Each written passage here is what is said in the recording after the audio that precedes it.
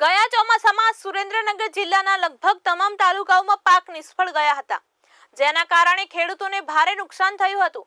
જો કે હજુ સુધી ખેડૂતોને પાક નુકસાનનું વળતર મળ્યું નથી। ગુજરાત કોંગ્રેસનો આક્ષેપ છે કે સરકારે 50% ખેડૂતોને જ પાક નિષ્ફળતાનું વળતર ચૂકવ્યું છે।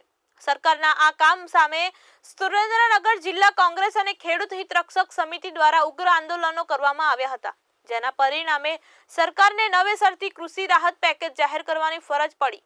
પરંતુ આ નવા પેકેજમાં પણ સરકારે ખેડૂતો પાસે ફરીથી અરજીઓ કરવા જણાવ્યું છે, જેને લઈને સોમવારે સુરેન્દ્રનગર કોંગ્રેસ અને ખેડૂત હિત રક્ષક સમિતિ ધરણા પ્રદર્શન અને આવેદનપત્ર આપશે। કે જે અમારા જિલ્લાના પરિપ્રેક્ષમાં ખાસ કરીને વાત કરીએ તો અમારા જિલ્લામાં કુલ અરજીઓ 1,59,094 અરજીઓ આ સહાય અંતર્ગત કરવામાં આવી। એમાં અમારો દસાડા તાલુકો હોય, નખત્રાણા તાલુકો હોય, ધાંગધ્રા હોય કે વઢવાણ હોય, આ ચાર તાલુકા એવા છે કે જેમાં 50% થી પણ વધારે ખેડૂતો આ કૃષિ સહાય પેકેજમાં પોતાની સહાયથી વંચિત છે।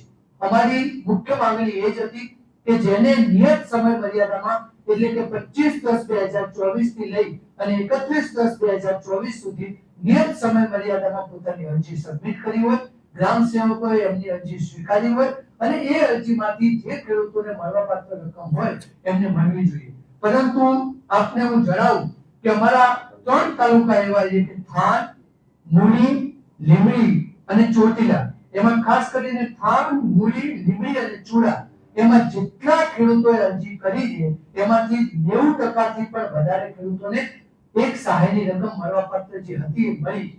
એમાં પણ જે રકમ એમને કૃષિ પેકેજ અંતર્ગત મળી એમાંથી સહાયમાં જે ઠરાવમાં 2 હેક્ટરની મર્યાદામાં જે મળવાપાત્ર રકમ હતી એના બદલે જે સહાયની રકમ મળી એને કુલ અરજીના ભાગ પાડી અને બધા ખેડૂતોને સરખા ભાગે વેચવાનું કામ આ ભાજપની સરકાર દ્વારા કરવામાં આવ્યું છે। તમને ખાસ કરીને અમારો સાયલા તાલુકો ખૂબ પછાત તાલુકો છે। તમને જાણીને નવાઈ લાગશે કે 14,000 ખેડૂતો અરજી કરી, એમાંથી માત્ર 400 ખેડૂતોને સહાય આપી।